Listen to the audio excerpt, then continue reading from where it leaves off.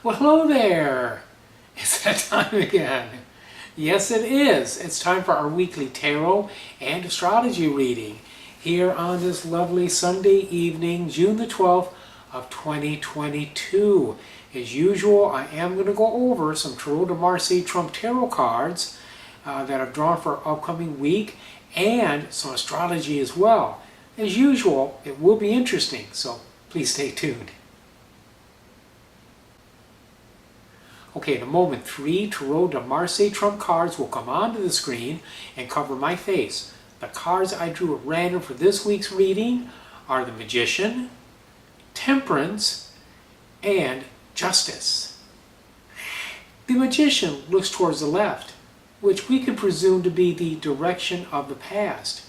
He holds his wand with his tools, his toys, whatever you want to say, his gadgets before him. Perhaps he's looking at the past, getting practical ideas, guidance on how to best use his wand.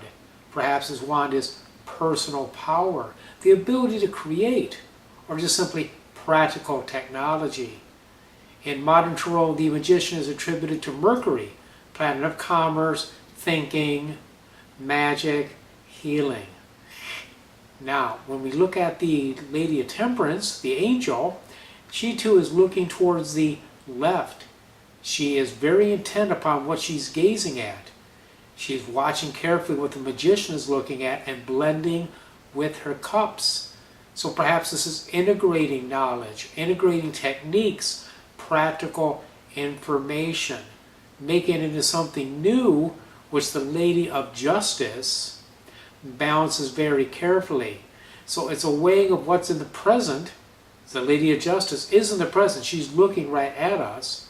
The other two cards are looking towards the left, the presumed direction of the past. If I pulled another card to see what they were looking at, I got the Hermit. The Hermit in turn is looking towards the left, and I had the Star. So there's no end to it. Everything seems to be reverting back towards past energies, past experiences, past knowledge and wisdom and techniques. So this is a week where we can take stuff, draw on the past, draw on things you already know. Maybe it's stuff that you almost forgotten, things you haven't used in a while, ideas or techniques that you need to revisit, and you bring them into the present, you work with what you have now, and you might have some dynamite on your hands, something really, really good. Yeah.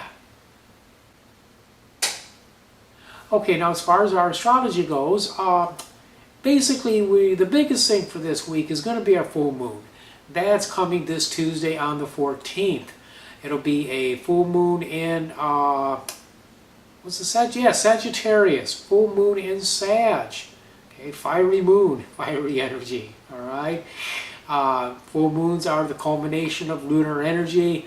After that point, the moon begins to decrease in power, so we banish. We get rid of things like conditions we don't want, like poverty, illness, loneliness, you name it.